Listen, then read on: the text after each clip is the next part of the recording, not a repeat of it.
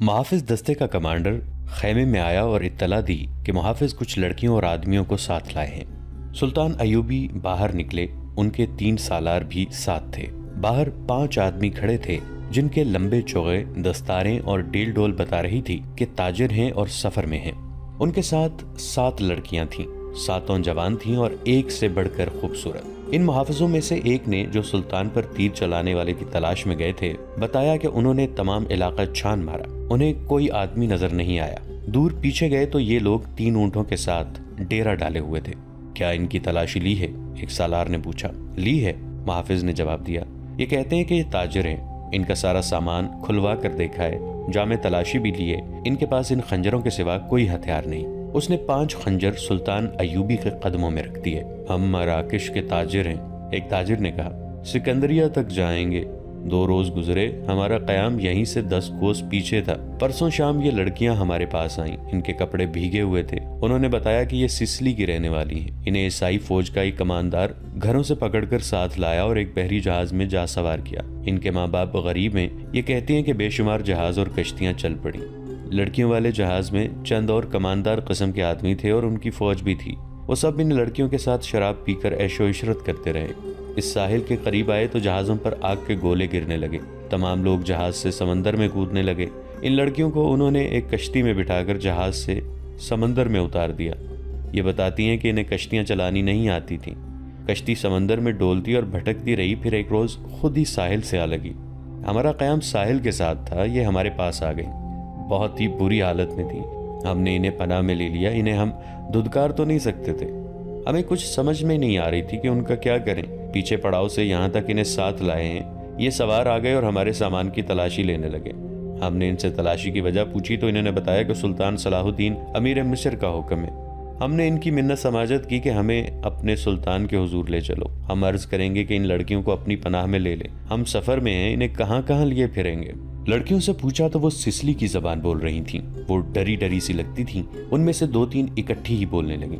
صلاح الدین ایوبی نے تاجروں سے پوچھا کہ ان کی زبان کون سمجھتا ہے۔ ایک نے بتایا کہ صرف میں سمجھتا ہوں۔ یہ التجا کر رہی ہیں کہ سلطان انہیں پناہ میں لے لے۔ کہتی ہیں کہ ہم تاجروں کے قافلے کے ساتھ نہیں جائیں گی، کہیں ایسا نہ ہو کہ راستے میں ڈاکو ہمیں اٹھا کر لے جائیں۔ ادھر جنگ بھی ہو رہی ہے، ہر طرف عیسائیوں اور مسلمانوں کے سپاہی بھاگتے دوڑتے پھر رہے ہیں۔ ہمیں سپاہیوں سے بہت ڈر آتا ہے۔ ہمیں جب گھروں سے اٹھایا گیا تھا تو ہم سب کنواری تھیں۔ ان فوجیوں نے بحری جہاز میں ہمیں طوائفیں بنا رکھا ہے۔ ایک لڑکی نے کچھ کہا تو اس کی زبان جاننے والے تاجر نے سلطان ایوبی سے کہا، یہ کہتی ہے کہ ہمیں مسلمانوں کے بادشاہ تک پہنچا دو، ہو سکتا ہے اس کے دل میں رحم آ جائے۔ ایک اور لڑکی بول پڑی، اس کی آواز رندھائی ہوئی تھی۔ تاجر نے کہا، یہ کہتی ہے کہ ہمیں عیسائی سپاہیوں کے حوالے نہ کیا جائے۔ میں مسلمان ہو جاؤں گی بشرطے کہ کوئی اچھی حیثیت والا مسلمان میرے ساتھ شادی کر لے۔ 2-3 لڑکیاں پیچھے کھڑی منہ چھپانے کی کوشش کر رہی تھیں۔ ان کے چہروں پر گھبراہٹ تھی، بات کرتے شرماتی یا ڈرتی تھی۔ صلاح الدین ایوبی نے تاجر سے کہا، انہیں کہو کہ یہ عیسائیوں کے پاس نہیں جانا چاہتی، ہم انہیں اسلام قبول کرنے پر مجبور نہیں کر سکتے۔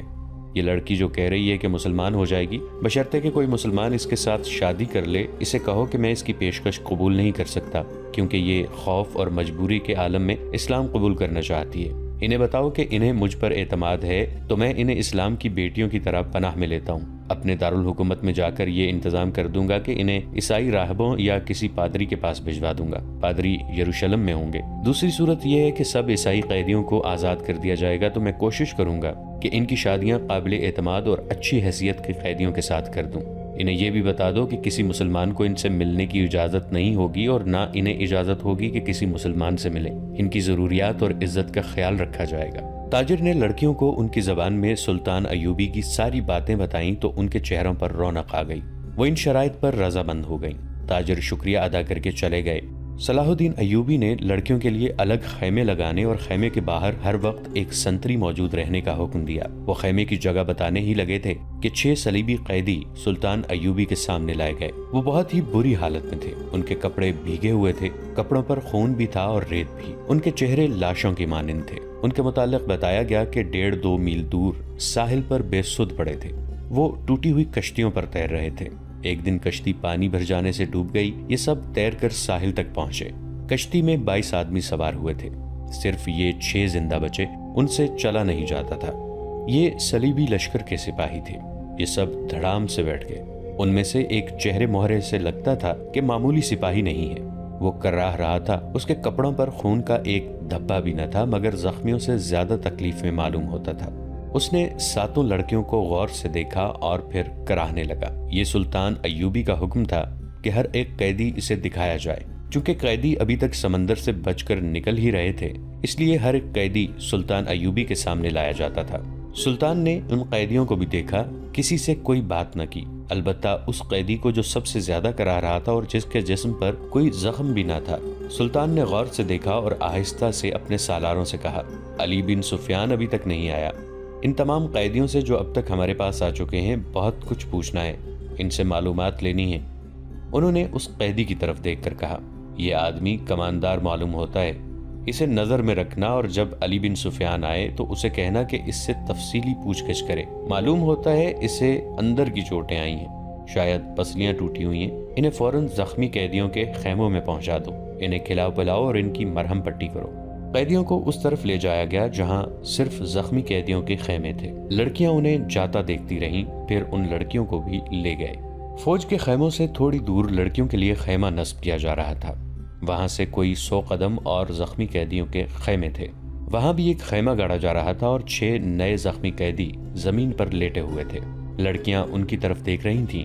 دونوں خیمے کھڑے ہو گئے، لڑکیاں اپنے خیمے میں چلی گئیں اور زخمیوں کو ان کے اپنے خیمے میں لے گئے۔ ایک سنتری لڑکیوں کے خیمے کے باہر کھڑا ہو گیا، لڑکیوں کے لیے کھانا آ گیا جو انہوں نے کھا لیا۔ پھر ایک لڑکی خیمے سے نکل کر اس خیمے کی طرف دیکھنے لگی جس میں نئے 6 زخمی قیدیوں کو لے گئے تھے۔ اس کے چہرے پر اب گھبراہٹ اور خوف کا کوئی تاثر نہیں تھا۔ سنتری نے اسے دیکھا اور اس نے سنتری کو دیکھا۔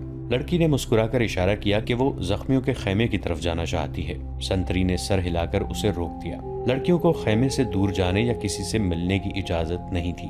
لڑکیوں اور 6 زخمیوں کے خیمے کے درمیان بہت سے درخت تھے۔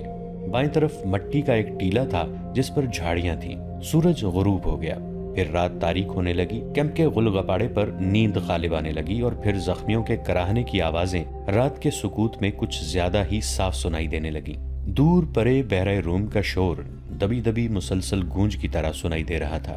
صلاح الدین ایوبی کے اس جنگی کیمپ میں جاگنے والوں میں چند ایک سنتری تھے، یا وہ زخمی قیدی جنہیں زخم سونے نہیں دیتے تھے، یا صلاح الدین ایوبی کے خیمے کے اندر جہاں دن کا سامان تھا وہاں کسی کو نیند نہیں آئی تھی۔ سلطان ایوبی کے 3 سالار ان کے پاس بیٹھے تھے اور باہر محافظ دستہ بیدار تھا۔ سلطان ایوبی نے ایک بار پھر کہا، علی بن سفیان ابھی تک نہیں آیا۔ ان کے لہجے میں تشویش تھی۔ انہوں نے کہا، اس کا قاصد بھی نہیں آیا، اگر کوئی گڑبڑ ہوتی تو اطلاع آ چکی ہوتی۔ ایک سالار نے کہا، معلوم ہوتا ہے وہاں سب ٹھیک ہے، امید تو یہی رکھنی چاہیے۔ صلاح الدین ایوبی نے کہا، لیکن 50,000 کے لشکر نے بغاوت کر دی تو سنبھالنا مشکل ہو جائے گا۔ وہاں ہماری نفری 1,500 سوار اور 2,700 پیادہ ہے۔ ان کے مقابلے میں سوڈانی بہتر اور تجربہ کار عسکری ہیں اور تعداد میں بہت زیادہ۔ ناجی اور اس کے سازشی ٹولے کے خاتمے کے بعد بغاوت ممکن نظر نہیں آتی۔ ایک اور سالار نے کہا، قیادت کے بغیر سپاہی بغاوت نہیں کریں گے، پیش بندی ضروری ہے۔ صلاح الدین ایوبی نے کہا، لیکن علی آ جائے تو یہ پتہ چلے کہ پیش بندی کس قسم کی جائے۔ صلیبیوں کو روکنے کے لیے تو سلطان ایوبی خود آئے تھے، لیکن دارالحکومت میں سوڈانی فوج کی بغاوت کا خطرہ تھا۔ علی بن سفیان کو سلطان ایوبی نے وہیں چھوڑ دیا تھا تاکہ وہ سوڈانی لشکر پر نظر رکھے اور بغاوت کو اپنے خصوصی فن سے دبانے کی کوشش کرے۔ اسے ابھی تک صلاح الدین ایوبی کے پاس آ کر وہاں کے احوال اور کوائف بتانے تھے، مگر وہ نہیں آیا تھا، جس سے سلطان ایوبی بے چین ہو رہے تھے۔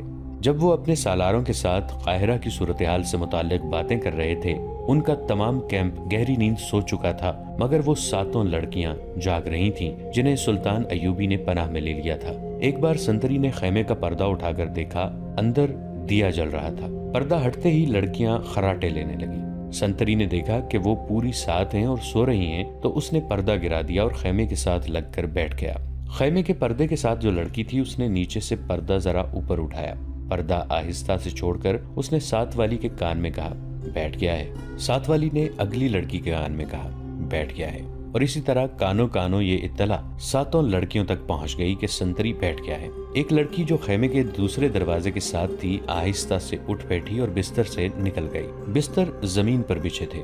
اس نے اوپر لینے والے کمبل اس طرح بستر پر ڈال دیے جیسے نیچے لڑکی لیٹی ہوئی ہے۔ وہ پاؤں پر سرکتی خیمے کے دروازے تک گئی۔ پردہ ہٹایا اور باہر نکل گئی۔ باقی 6 لڑکیوں نے آہستہ آہستہ خراٹے لینے شروع کر دیے۔ سنتری کو معلوم تھا کہ یہ سمندر سے بچ کر نکلی ہوئی پناہ گزین لڑکیاں ہیں، کوئی خطرناک قیدی تو نہیں۔ وہ بیٹھ کر اونگتا رہا۔